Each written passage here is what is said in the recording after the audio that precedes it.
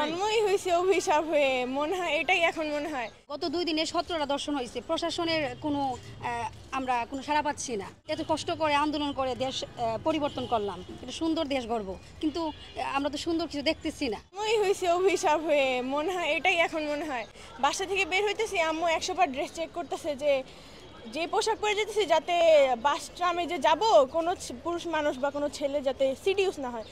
এখন আমরা বুঝি না যে আচ্ছা আমাদের দেখে নিলে তোমরা ছেলেরা সিডিউস হও, ঠিক আছে, 4 বছরের একটা বাচ্চা মেয়ের মধ্যে সিডিউস হওয়ার মতো কী আছে, একটা প্রেগনেন্ট মহিলার মধ্যে সিডিউস হওয়ার মতো কী আছে আমরা তা জানি না।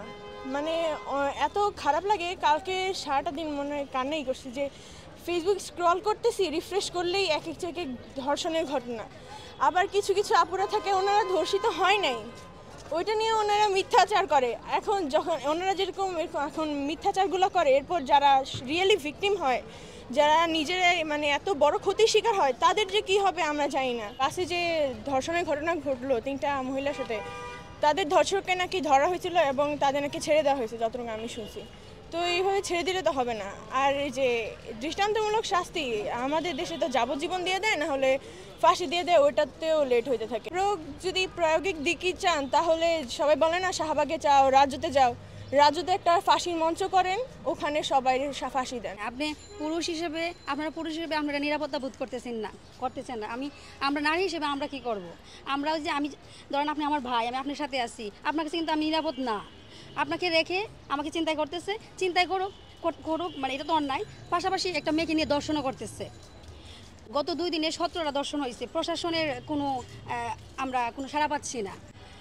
আমরা এত কষ্ট করে আন্দোলন করে দেশ পরিবর্তন করলাম, এটা সুন্দর দেশ গড়ব, কিন্তু আমরা তো সুন্দর কিছু দেখতেছি না। এই দায়টা কার? হ্যাঁ, এটা আমারও প্রশ্ন, এই দায়টা কার? আমরা কার কাছে বিচার চাইবো? গত 2 দিনে 17টা দর্শন এবং অহরহ চিন্তার কাহিনী। চিন্তায় হচ্ছে এমনকি রাস্তার মধ্যে রিক্সা আটকে, চলন্ত রিক্সা, চলন্ত সিএনজি আটক করে দর্শন করতেছে, যে চিন্তাই করতেছে। আমার মতামত হচ্ছে স্বরাষ্ট্র উপদেষ্টা ওনার এই বিষয়ে সঠিক পদক্ষেপ নেওয়া উচিত।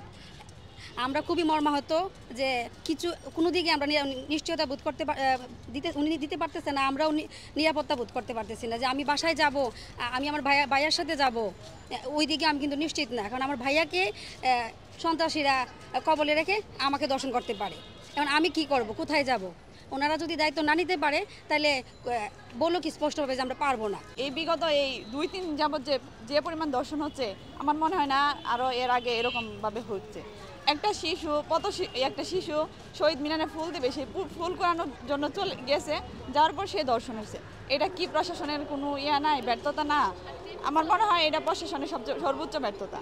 কারণ কি, একটা নারী সন্ধ্যার পরে রাস্তাঘাটে নিরাপদ না। হ্যাঁ, আমরা তো সন্ধ্যার পরে বের হইতে হয়, আমাদের তো যে কোনো কাজ থাকতে পারে। তো আমরা যদি রাস্তায় একটু বের হই কাজের জন্য, তো আমরা নিজেরা মানে ফিরে আসবো কিনা সেটাই তো আমাদের নিশ্চিত না। নারীদের চলাফেরার স্বাধীনতা ছিল, কিন্তু বর্তমানে এই অবস্থা হয়েছে কেন, এটা হিসাব সর্বোচ্চ মানে স্বরাষ্ট্র মন্ত্রণালয়ের প্রশাসনিক সর্বোচ্চ এটা নিয়ে ভাবা উচিত যে কেন নারীরা এখন মানে বেশি অনিরাপত্তায় ভুগতেছে।